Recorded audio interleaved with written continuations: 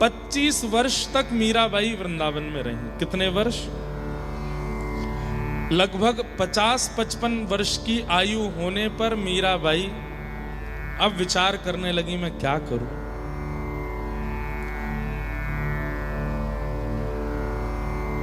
Charu case. और मीराबाई को एक दिन स्वप्न आया। बहुत ध्यान से सुनिए सब लोग। और मीराबाई ने स्वप्न में क्या दर्शन किया कि देव की मैया वसुदेव जी, जिनको वो अपना सास ससुर मानती हैं, मानती नहीं है ही, कलिकाल में भगवान ने मीराबाई से ब्याह किया है। तो मीराबाई के स्वप्न में आया कि देवकी और वसुदेव वो दोनों आपस में चर्चा कर रहे हैं कि 16,108 नहीं 16,109 बहुएं हैं हमारी, एक माधवी भी तो है। ये स्वप्न में देख रही है मीराबाई। तभी देवकी मैया कहती हैं, नहीं नहीं 108 ही हैं, 16,108 ही हैं। बोले क्यों? बोले एक तो ससुराल में ही नहीं आती ना, वो तो कहीं और रहती है। जो ससुराल में रहे उसी को तो हम बहू मानेंगे। ये बात स्वप्न में देखने के बाद मीराबाई उठ बैठी। ध्यान से सुनिएगा। और मन में विचार करने लगी कि ये संकेत है मुझे कि अब मुझे ससुराल की ओर जाना चाहिए। और मीराबाई ने मन बना लिया कि अब मैं वृंदावन से द्वारिका जाऊंगा। और बाईसा निकल पड़ी। वृंदावन की स्थिति उस समय बताते हैं, या तो ठाकुर जी के मथुरा गमन पर वृंदावन इतना रोया होगा, या 25 वर्ष बाद आज जब मीराबाई वृंदावन से जा रही हैं, पूरे वृंदावन के संत वैष्णव भक्त व्रजवासी सब भावुक हो गए। कईयों ने आकर के प्रार्थना की। अच्छा, मीराबाई ने किसी को स्वप्न नहीं बताया, बस चल पड़ी। कईयों ने आकर के प्रार्थना की, है भाई साहब आप व्रज को कैसे छोड़ के जा सकती हैं, यहां तो आपके प्राण बसते हैं। भाई साहब कहती हैं, मेरे प्राण यहां बसते हैं, पर मेरे प्राणनाथ भी तो व्रज से गए हैं, उनके भी तो प्राण वृंदावन में बसते थे। और शायद यही संकेत था कि अति प्रिय वस्तु, अति प्रिय स्थान, अति प्रिय व्यक्ति, कभी कभी उससे थोड़ी दूरी करनी चाहिए ताकि उसके प्रति प्रेम और प्रगाढ़ हो सके। आपको क्या लगता है कि वृंदावन छोड़ने में मेरी हालत खराब नहीं होती? मुझे बहुत पीड़ा है, मैं शायद जीवित ही ना रह पाऊं। ये वो वृंदावन है जिस वृंदावन के मार्ग की ओर चलती हुई मैं मूर्छित हो जाती हूं। उस वृंदावन से दूर जाना मेरे लिए बहुत पीड़ादायी है। लेकिन मुझे कोई संकेत हुआ है जिसके कारण मुझे द्वारिका जाना पड़ेगा। और बार बार वृंदावन को प्रणाम करती हैं, रज को प्रणाम करती हैं, यमुना जी को प्रणाम करती हैं, गोपेश्वर महादेव को प्रणाम करती हैं। कहते हैं आज पशु पक्षी जीव जंतु यमुना जी सबका कलरव शांत है, क्योंकि मीराबाई जा रही है।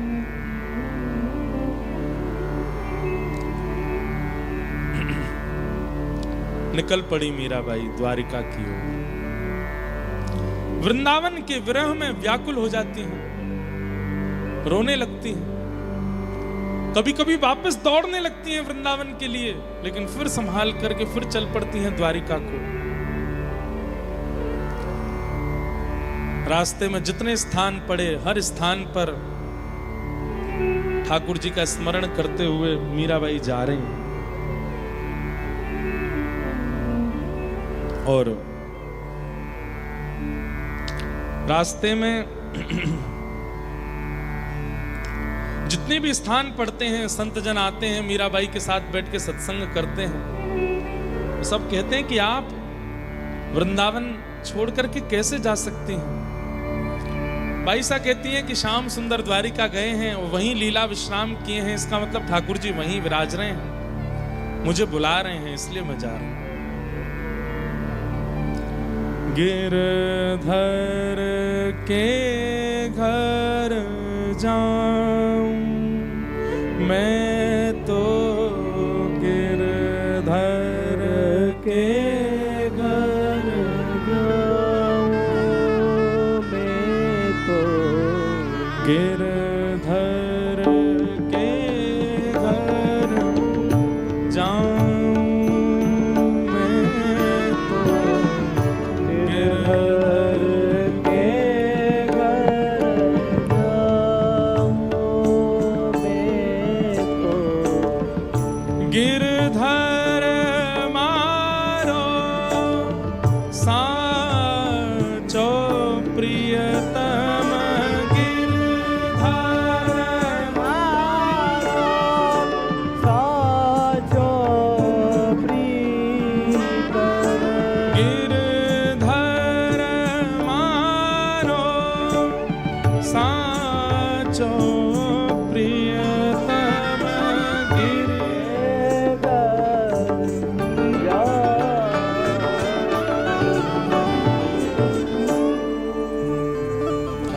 भाई साहब, जहां बिठावे तित ही बैठूं, बेचे तो बिक जाऊं, म्हारी वाकी प्रीत पुरानी, उन बिन पल न रहाऊं, मीरा दासी जन्म जन्म की बार बार बले जाऊं।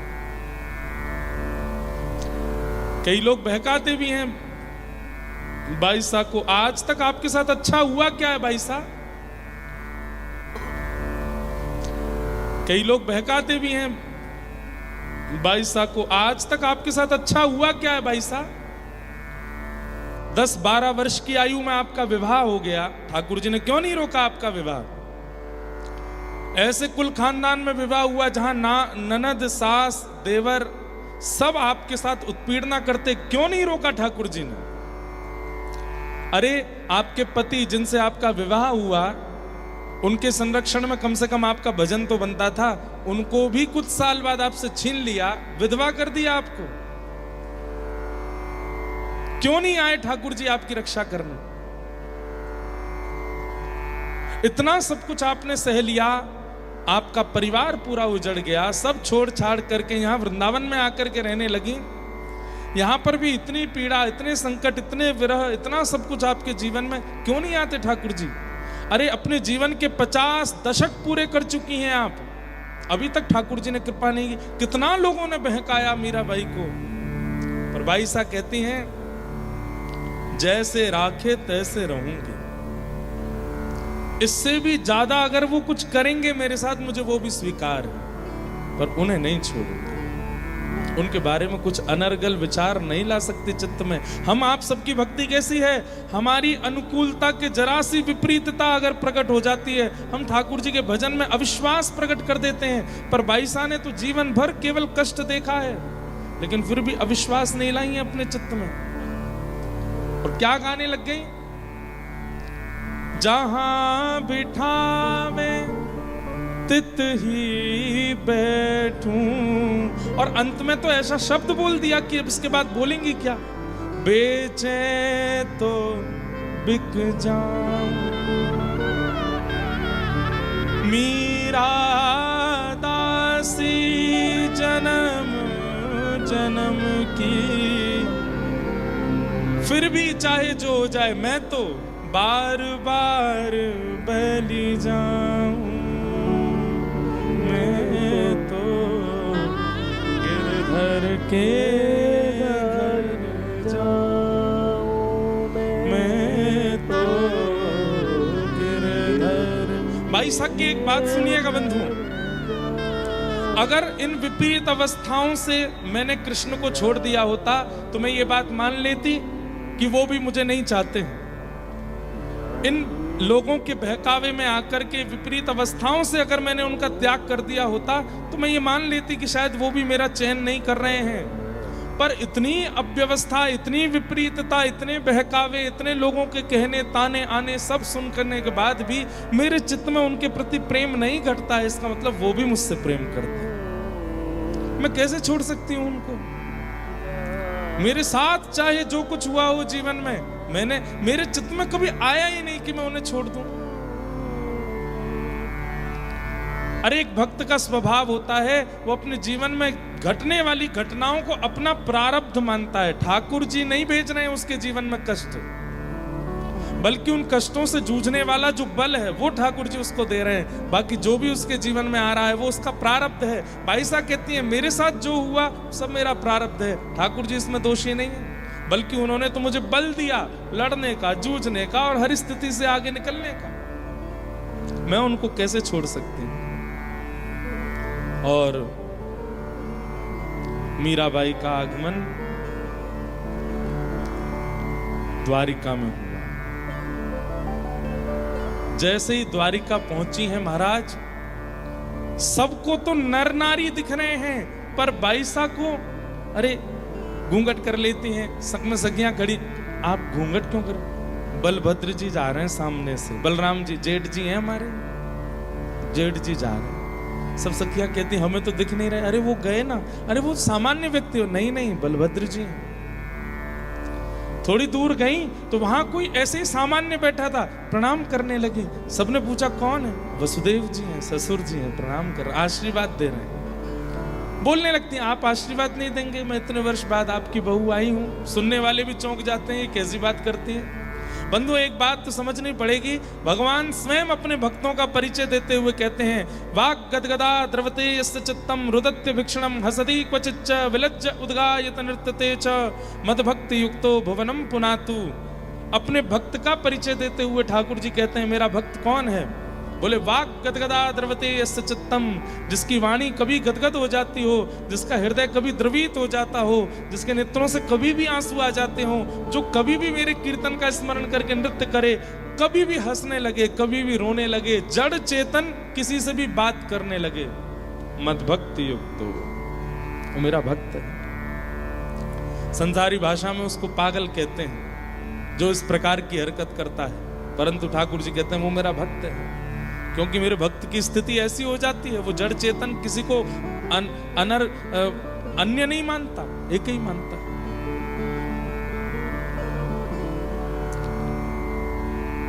ध्वजा जी का दर्शन किया, शिखर का दर्शन किया, किसी से ये नहीं पूछती है कि द्वारिकाधीश कहाँ है, ये पूछती हैं हमारे प्राणनाथ, हमारे जीवननाथ, हमारे केवलाधार, हमारे जीवनाधार कहाँ हैं। सब पूछते हैं, कौन है आपके जीवनाधार, केवलाधार? मैं नाम नहीं बोलूंगी, हे सखी तुम बताओ। द्वारिकाधीश, ये है ना मंदिर, चले जाओ भीतर। मीराबाई पूर्ण उसी भाव में रहती हैं, ये मेरे प्रियतम हैं और मैं इनकी गृहिणी हूं। और जैसे ही द्वारिकाधीश के सामने पहुंची हैं बाई साहब, बहुत देर तक तो नेत्र ही नहीं उठाए, सबसे पूछ रही हैं कैसे लग रहे हैं। बोल, बहुत सुंदर हैं, आप देखिए ना। बड़े संकोच में आकर के, सिर ढक करके, नेत्र उठा करके जैसे ही ठाकुर जी को देखा, नेत्रों से अश्रु बिंदु नहीं बंधु, मानो जैसे कोई फुहारे निकल पड़ते हों, पिचकारियां चल जाती हों, ऐसे नेत्रों से अश्रुपात होने लगा। ठाकुर जी का दर्शन करके दौड़ करके बाहर चली गई, रुदन करने लगी। मैं कैसे देखूं, कैसे अनुभव करूं? सखियां बहुत समझाने लगी, लेकिन वो सामान्य बातों से समझती नहीं थी, तब उनको लीला की बात ही कहनी पड़ती थी। आप रोएंगी तो उनको कितना कष्ट होगा, आप उनकी गृहिणी है ना, आप रुदन करेंगी तो कितनी पीड़ा में आ जाएंगे। ये सुनकर के बाई सा समझ जाते, हाँ नहीं, उनको पीड़ा नहीं देनी, उनको तो सुख देने आई हूं, चलिए ना दर्शन करो। बाई सा पुनः जाती हैं, ठाकुर जी का दर्शन करती हैं। फिर बाईसा ने एक बहुत सुंदर पद गाया द्वारिकाधीश जी को देख करके।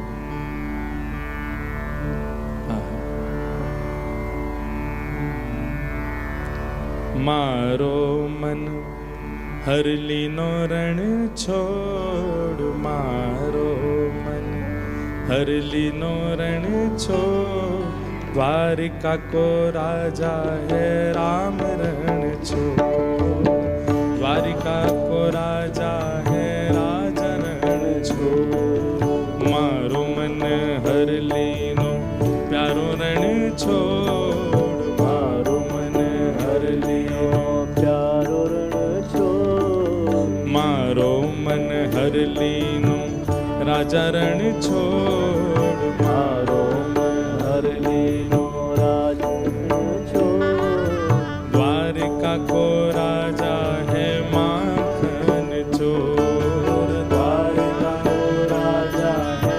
गाइए भाव से। मारो मन हर लीनो रण छोड़, मारो मन हर लीनो रण छोड़, मारो मन हर लीनो रण छोड़,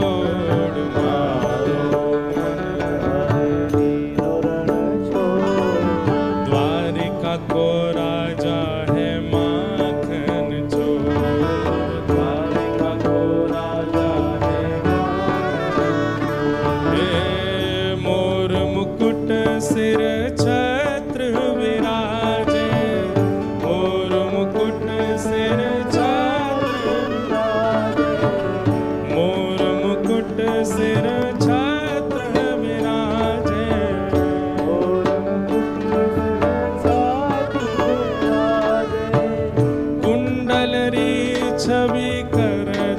किलो कुंडर की छवि करत कुंडल की छवि करत किलो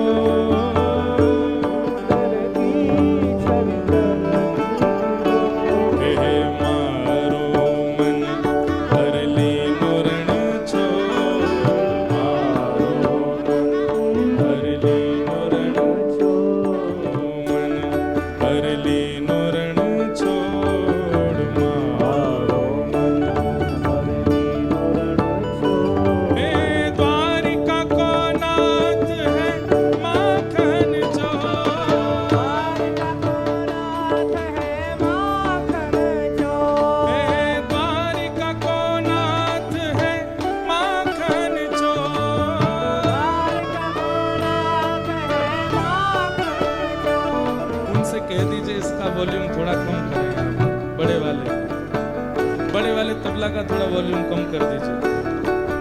मारो मन हरली नोरण छोड़ मारो मन हरली नोरण छोड़ मारो मन हरली नोरण छोड़ मारो मन हरली नोरण छोड़ क्योंकि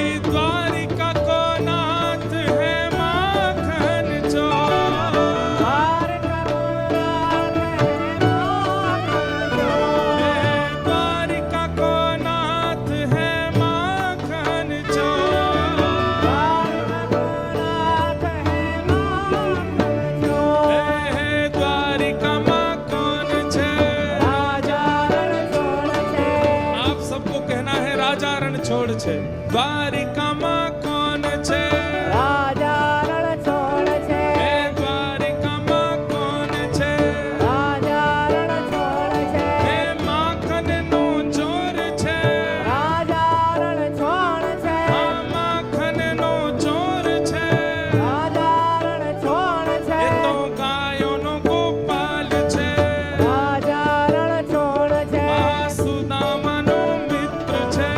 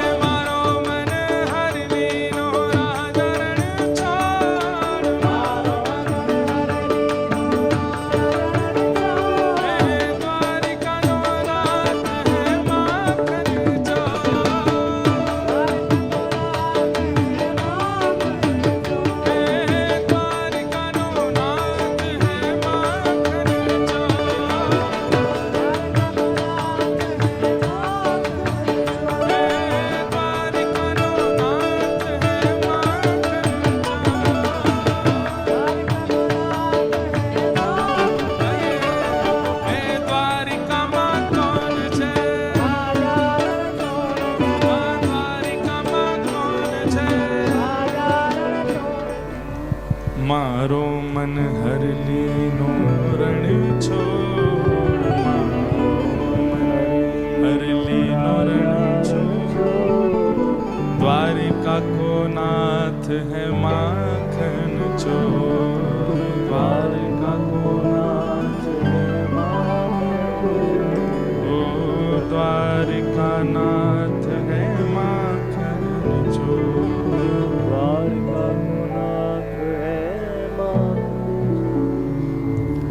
मीराबाई द्वारिका पहुंच गए। द्वारिकाधीश को देख करके अति आनंद और अति सुख में रहती हैं।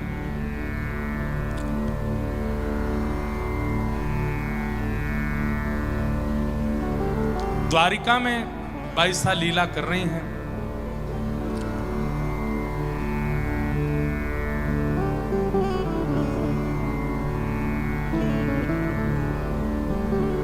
बैठ जाओ भैया, ऊपर रैम वाले सब लोग बैठ जाओ।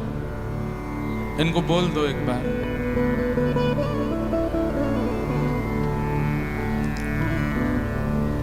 बाईसा द्वारिका पहुंची। द्वारिका में जाकर के नित्य बाईसा इसी भाव में रहती हैं कि द्वारिकाधीश उनकी ससुराल है और अब वो ससुराल आई है। थोड़ा आनंद, थोड़ा सुख उनके चित्त को होने लगा। कहते हैं कि रुक्मणी जी, मित्रविंदा जी, जामवती, सत्यभामा सब आती हैं बाईसा के पास। भगवान की जितनी पत्नियां हैं सब आती हैं, लेकिन बाकी सबको लगता है कि सामान्य कोई कन्या आई है, सामान्य कोई स्त्री आई है, पर बाईसा पहचान जाती हैं कि ये सामान्य नहीं है, ये मित्रविंदा है। ये सब ठाकुर जी की पत्नियां मिलने आती हैं। वसुदेव जी आते हैं, देवकी मैया आती हैं, रोहिणी मैया आती हैं, सब मिलने आते हैं बाईसा से। कहते हैं एक बार महादेव भी आए और महादेव ने आकर के बाईसा को फिर कुछ भाव सुनाए। उससे बाईसा अति प्रसन्न हुई। इस प्रकार बाईसा का जीवन चल रहा था, लेकिन तभी ठाकुर जी सब कुछ बिल्कुल व्यवस्थित रहने देते नहीं हैं।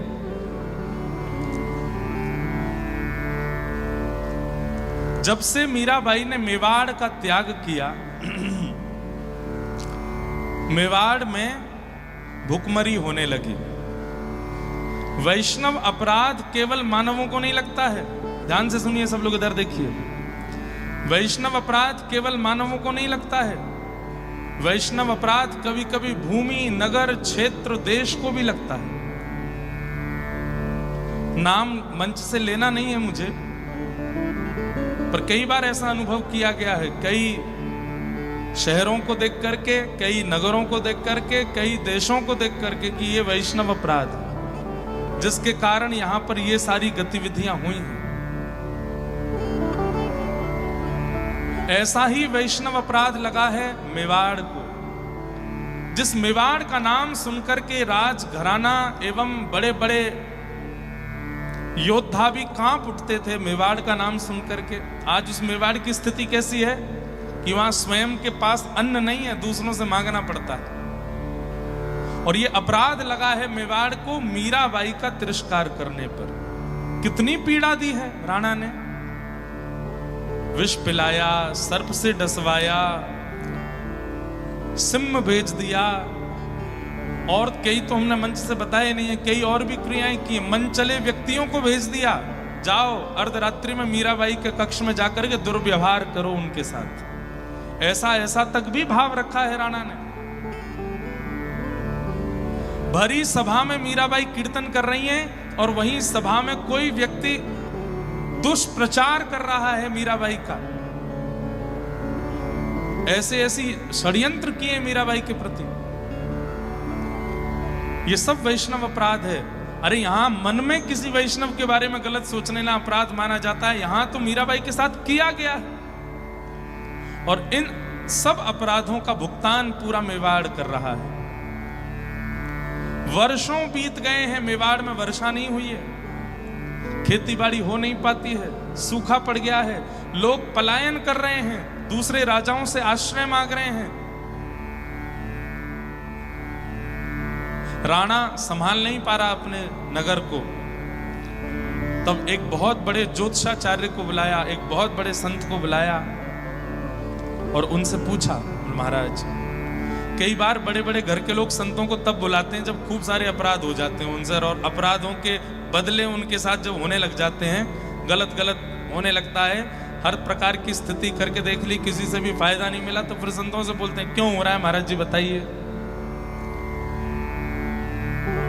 पहले कभी कथा नहीं सुनी, पहले कभी वैष्णवों का संग नहीं किया, पहले कभी संतों को प्रणाम नहीं किया, पहले कभी वैष्णवों को वंदन नहीं किया, पहले केवल हमेशा उनके प्रति दुर्भाव रखा। सब अच्छा होता है ना तो वैष्णव अच्छे नहीं लगते, लेकिन जब सब विपरीत होने लगता है, पंडित जी हाथ देख लो, कुंडली देख लो, ये देख लो, हमें कुछ बता दो, हमारे यहाँ कुछ कर दो, कैसे होगा, भगवान का कौन सा मंत्र कर लें, यंत्र कर लें।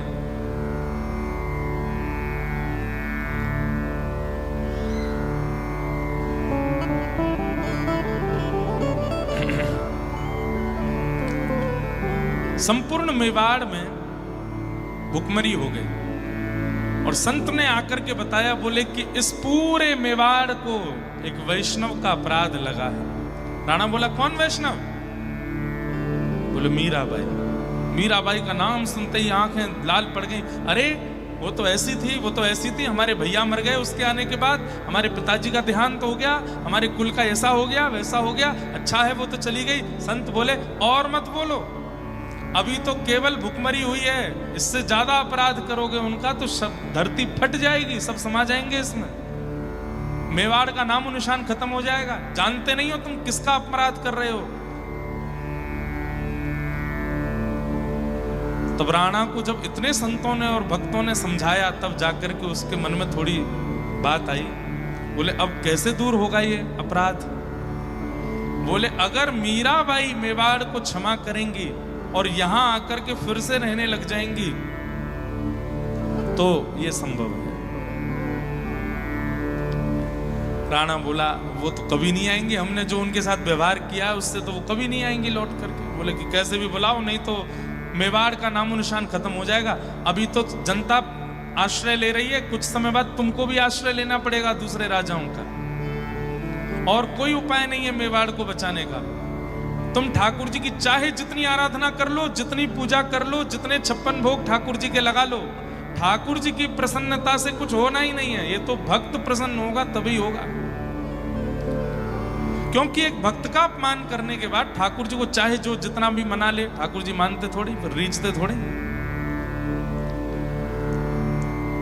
राणा ने कुछ मेवाड़ के लोगों को बोला, कहां है मीरा, ढूंढो। और कुछ दिन में पता चला कि वो द्वारिका में रहते। मेवाड़ के लोग द्वारिका पहुंच गए, द्वारिका में जाके ढूंढने लगे, कहां है मीराबाई। बाईसा का जब पता चला तो द्वार पर जाकर के बैठ गए। बाईसा 2-3 दिन तक निकलती नहीं थी कक्ष से बाहर। 3 दिन बाद निकल करके आई तो देखा भूखे प्यासे व्याकुल स्थिति में मेवाड़ के लोग बैठे। बाईसा बोली, आप सब? तो सब मारवाड़ी बोलने लगे, सब अपना परिचय देने लगे। तो बाईसा बोली, आप सबको मैं प्रणाम करती हूँ, आप हमारे ससुराल से आए हैं, सबको वंदन, मैं क्या सेवा करूं। सबने बताया कि मेवाड़ की स्थिति ठीक नहीं है, भुखमरी हो गई है, अनाज नहीं होता है, वर्षा नहीं हुई है। जब से आप छोड़ के गई हैं मेवाड़, तब से वर्षा नहीं हो रही है और पूरे मेवाड़ का अनाज खत्म हो चुका है। लोग पलायन कर रहे हैं, दूसरों का आश्रय लेना पड़ रहा है, हमारे बच्चे भूखे मर रहे हैं। तो मीराबाई बोली, ये तो बहुत कष्ट की बात है, मैं प्रार्थना करूंगी ठाकुर जी से कि सब मंगल में हो। बोले, आपकी प्रार्थना से कुछ नहीं होगा, तो आपको अपने चरण मेवाड़ में पधराने पड़े। इसका उत्तर नहीं दिया मीराबाई ने, चली गई वहां से। अब बहुत आगे निकल चुकी हूं मैं, आप कहां मुझे वापस मेवाड़ ले जाने के लिए आए। मेवाड़ के लोग घूमते रहे, जगह जगह मीराबाई को रोकते। मीराबाई हाथ जोड़ के कहती, मैं आपसे प्रार्थना करती हूँ, आप कहेंगे तो मैं कहीं ना कहीं से कुछ व्यवस्था करवा दूंगी, ठाकुर जी से नित्य प्रार्थना करूंगी, पर मैं वापस वहां जाने के लिए नहीं आई हूं द्वारिका। मैं अपने जीवन में बहुत आगे निकल चुकी हूं, अब आप वापस मुझे मेवाड़ ले जाने की बात मत कहिए। आपको हमारे छोटे बच्चों पर तरस नहीं आता? आपको उनके आंसू नहीं दिखते? आपको ये नहीं लगता कि आपका ससुराल है, इतना कर्तव्य तो आपको करना चाहिए? बाईसा ने तो कुछ नहीं कहा, लेकिन साथ में जो सखियां थी उन्होंने बहुत सुनाया। बोला, अच्छा तुम लोगों में से कितने आए थे मीराबाई के ऊपर जब कष्ट होता था? आज तुम उनको गिना रहे हो कि उनको तरस नहीं आता या उनको पीड़ा नहीं आती। जब बाईसा पर कष्ट था, आप में से कितने लोग आए?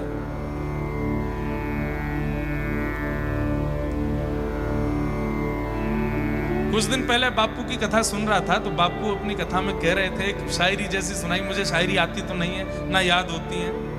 उसमें वो कह रहे थे कि दूसरों के यहाँ जब बहुत पीड़ा हुई तो हम नंगे पांव दौड़े, लेकिन जब हमारी बारी आई तो बहुत बारिश हुई, कोई नहीं आया। बारिश हुई नहीं, पर सबने ऐसे बहाने बना दिए, वर्षा बहुत हो रही है, हम कैसे आए। संसार ऐसा ही है, आप दौड़ दौड़ करके, भाग भाग करके, हमारे विपराग जी कहते हैं, सब कुछ ही मिटा देंगे, सारे होश गवा देंगे, कुछ हो गया तो दुनिया जला देंगे।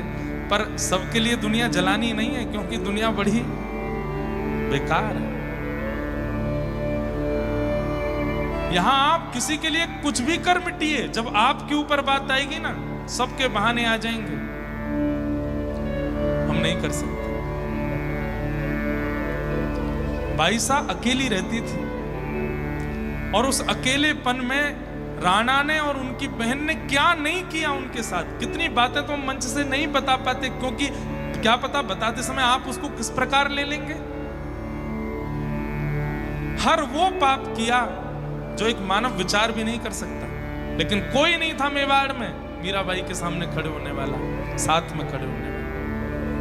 केवल गिरधर लाल जी को बचती रही, और आज वही मेवाड़ के लोग सामने आकर के भीख मांग रहे हैं कि आप वापस चलिए, हमारे नगर को आपकी बहुत जरूरत है। बाईसा कृपा नहीं करना चाहती, इसलिए ही जा रही। बाईसा कह रही मैं अपने जीवन के उद्देश्य में बहुत आगे निकल चुकी हूं, अब मैं वापस मेवाड़ नहीं जाऊंगी, मैं अपने जीवन के उद्देश्य पर चल पड़ी हूं। कठिनाई तो हुई बाईसा को, क्या करूं, रात में भजन नहीं हो पाता, रोती रहती है कि वहां बच्चे भूखे रह रहे हैं। कभी कभी अपनी सखियों से कहने लगती हैं चली जाऊं क्या मेवाड़। अब तो उनकी सखियों ने प्रण ले लिया, अगर आपने ये बात दोबारा कही भी तो हम प्राण त्याग देंगे। कैसे सोच सकती हो आप? उस मेवाड़ में क्यों जाना है जहां ये सब किया गया। अब मेवाड़ के लोग तो रोते बिलखते 4-5 दिन बाद वापस चले गए। राणा से जाकर के कहा कि बाईसा नहीं है। राणा बस ये सोच रहा है मेरा नगर कैसे बचेगा, मेरा राज्य कैसे बचेगा, ये सब लोग कैसे बचेंगे।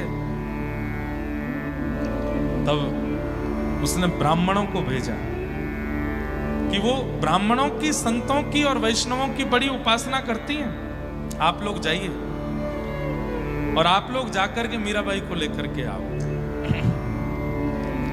मीराबाई आज जैसे ही निकली हैं भवन से, तो ब्राह्मणों को, तिलकधारियों को, शिखा वालों को जहां भी देखती हैं मीराबाई दंडवत प्रणाम करती हैं। सब ब्राह्मणों को प्रणाम करने लगे। असंख्य ब्राह्मण बैठे थे, सबने मारवाड़ी में कुछ कहा तो बाईसा के कान खड़े हुए, आप सब, हम भी मेवाड़ से आए। मेवाड़ का नाम सुनते अब तो वो सोच रही है मैं क्या करूं। सखिया कह रही चलो यहां से। नहीं, ऐसे नहीं, ब्राह्मणों का अपमान नहीं करना, मैं क्या सेवा करूं। ब्राह्मणों ने कहा बाईसा, हम जानते हैं कि राणा ने और पूरे परिवार ने आपके साथ उचित व्यवहार नहीं किया। बाईसा बोली मुझे उसका बिल्कुल कष्ट नहीं है, आप बिल्कुल विचार मत कीजिए। सब लोग इधर देखिए, बहुत ध्यान से सुनिए। ये मीराबाई के अब जीवन काल का अंतिम क्षण चल रहा है। ठाकुर जी कितनी, कभी कभी गुस्सा तो आता है लाल जी पे कि कितना खेलते हो आप। अब मीराबाई ऐसी स्थिति में फंस गई है, मैं क्या करूं। ब्राह्मण लोग हाथ जोड़ने लगे, नेत्रों से अश्रुपात करने लगे, बोले हम भीख मांग रहे हैं आपसे। क्या मेवाड़ चल। बाईसा कह रही आप ऐसा मत कीजिए, मेरी स्थिति भी तो समझिए, मैं अपने जीवन के एक उद्देश्य में आगे निकल चुकी हूं, मैं नहीं कर सकती। ब्राह्मणों ने थोड़ी देर तो अनुनय विनय किया, और जब मीराबाई नहीं मानी तो ब्राह्मण अनशन व्रत पर बैठ गए कि हम प्राण त्याग देंगे यहां पर, अगर आप वापस मेवाड़ नहीं गई तो। थक चुकी हैं अब मीरा, हार चुकी हैं,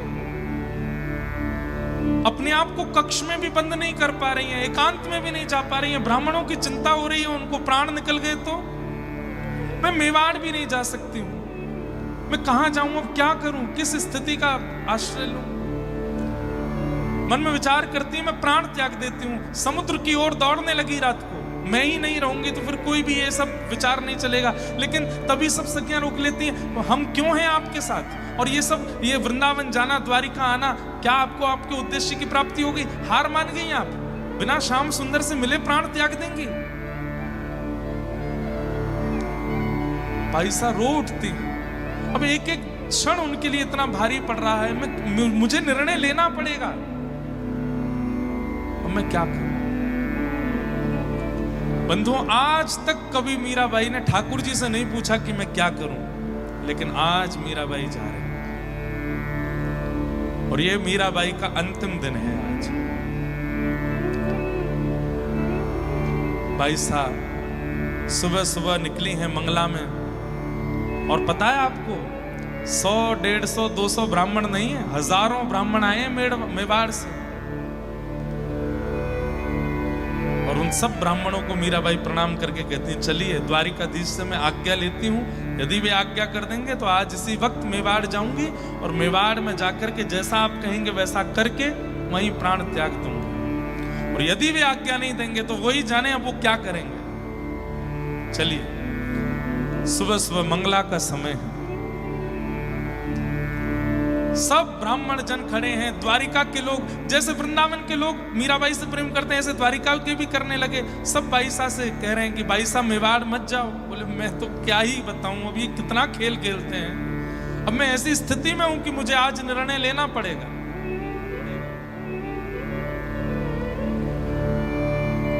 सुबह सुबह का समय है, 5:30, 6 बजे होंगे, और मंगला आरती के लिए जैसे ही कपाट खुले हैं,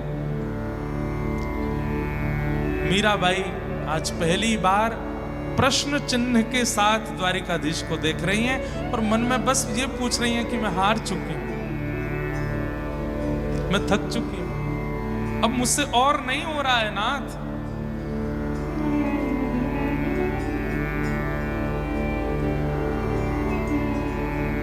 और तब मीराबाई ने अंतिम पद गाया अपने जीवन का।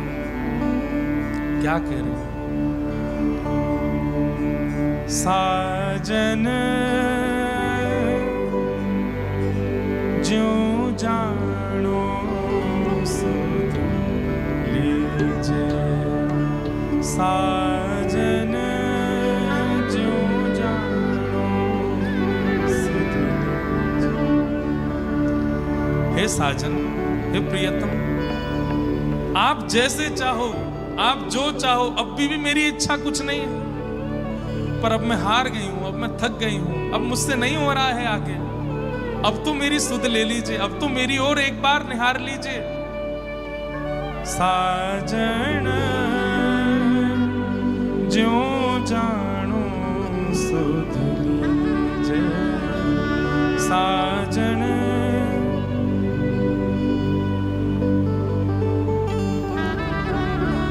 तुम बिन मेरे और न कोई, तुम बिन मेरे और तुम बिन मेरे और न कोई, तुम बिन मेरे और कृपा राबरी कीजे, कृपा साजन जो जानो सुध लीजिए,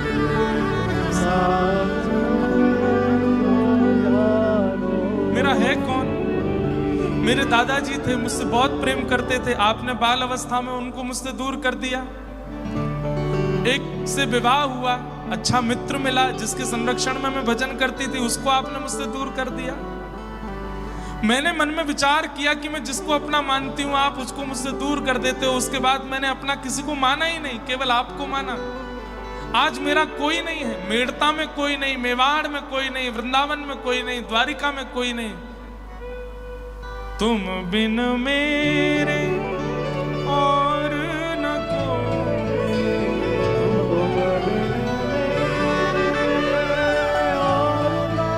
मेरा और कोई नहीं है नाथ। कृपा राबरी कीजे, कृपा राबरी कीजे, साजन जो जानो सुध लीजिए, साजन जो जानो। आज तक मैंने आपको अपनी स्थिति नहीं बताई है। आज तक मैं कैसे रहती हूँ, कैसे सोती हूँ, क्या खाती हूँ, क्या करती हूँ, कुछ नहीं बताया। आज पहली बार बता रही हूँ मेरी स्थिति क्या है। दिवस न भूख रैन नहीं निद्रा दिवस न भूख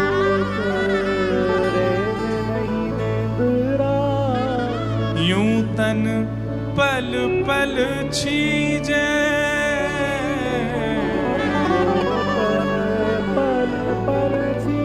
मुझे नींद नहीं आती है, मुझे भोजन की भूख नहीं लगती, लेकिन मैं सोती इसलिए हूं, सोऊंगी तो शरीर स्वस्थ रहेगा। क्या पता कल आप मुझे मिल जाओ, इसके लिए मेरा स्वस्थ होना जरूरी। मुझे भूख नहीं लगती, लेकिन अल्प आहार इसलिए पाती हूं क्योंकि आहार से स्वस्थ जीवित रहेगा। कहीं आप मेरे सामने आए और मैंने निराहार होकर के अपने नेत्रों की ज्योति गवा दी और नहीं देख पाई तो इसलिए भोजन करती हूं, इसलिए सोती हूं, इसलिए जलपान करती हूं कि कल को कहीं आप मिल गए तो मैं आपको देख सकूं, आपसे मिल सकूं। बाकी मेरे शरीर को ना निद्रा है, ना भूख है, ना प्यास है, कुछ भी नहीं। सब कुछ करती केवल इसलिए हूं क्योंकि आपसे मिलना है मुझे। जैसे कोई बहुत पीड़ित व्यक्ति बोल रहा हो, मीरा के प्रभु गिरधार नागर,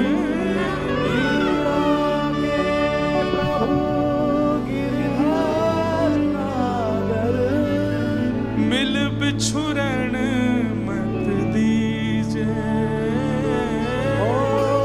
मिल बिछुरण मत दीजे। मैं मेवाड़ से, मेड़ता से मेवाड़ चली गई, मेवाड़ से वृंदावन आ गई, अब मैं द्वारिका आ गई, अब मुझे वापस मेवाड़ नहीं जाना। अब आप मिल गए हो, अब मैं आपसे दूर नहीं जा सकता। मीरा के प्रभु गिरधर नागर, गिरधार नागर, मिल बिछुरण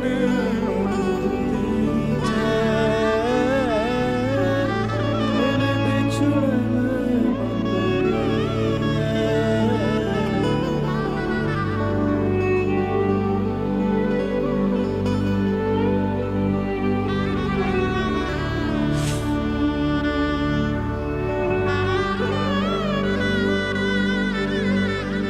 जाना मुझे वापस इस संसार में। अब सब छोड़ के मैं आपके सामने खड़ी हूं। ये क्यों सब आप करते हैं? ये ब्राह्मणों का दोष नहीं है, ये मेवाड़ का दोष नहीं है। आप क्यों इतने निष्ठुर हैं मेरे लिए? मैंने कहां कोई कमी छोड़ी है आपसे प्रेम करने में, अपना भाव प्रस्तुत करने में? क्यों मेरी इतनी परीक्षा लेते हैं आप?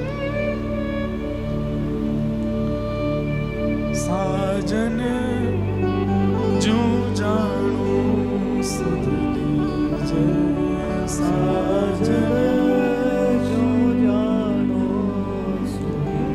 मीरा के प्रभु गिरधर नागर, मीरा के प्रभु गिरधार नागर, मिल बिछुरण मत दीजे,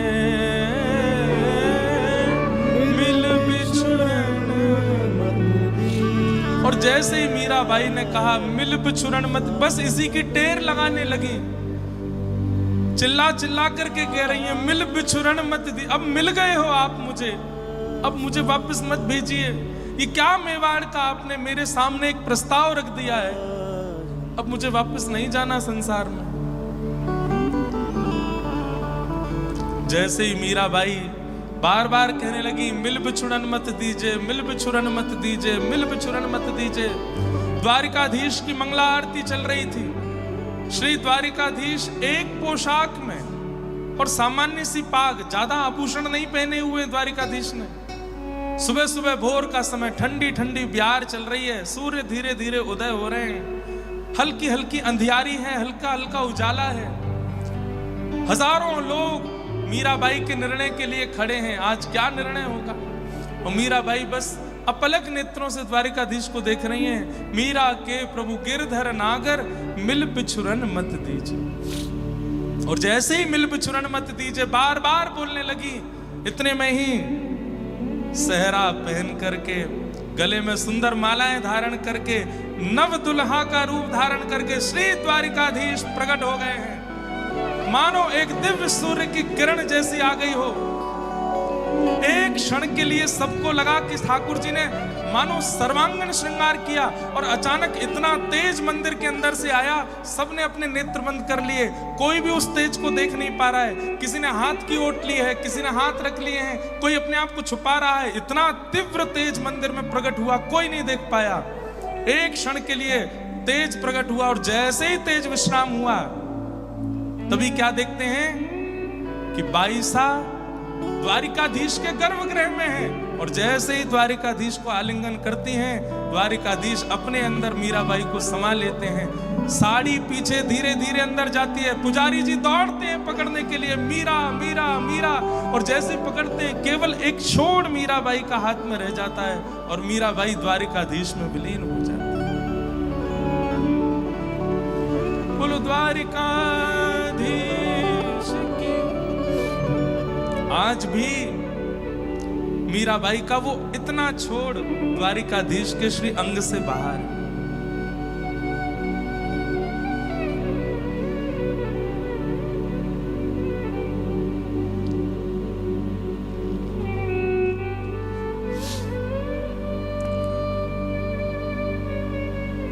सब ताकते रह गए, घुटनों पर बैठे रोते रह गए, और बाईसा द्वारिकाधीश में विलीन।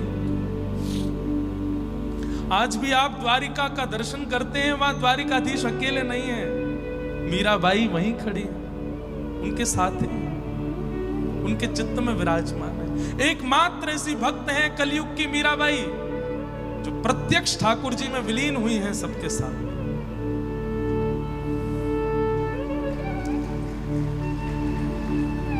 ऐसी भक्तिमती मीराबाई, जिन्होंने जीवन अपना संपूर्ण समर्पित किया ठाकुर जी के भजन में, और पूरा द्वारिका साक्षी रहा इस दृश्य का। बोलो भक्त वत्सल भगवान की।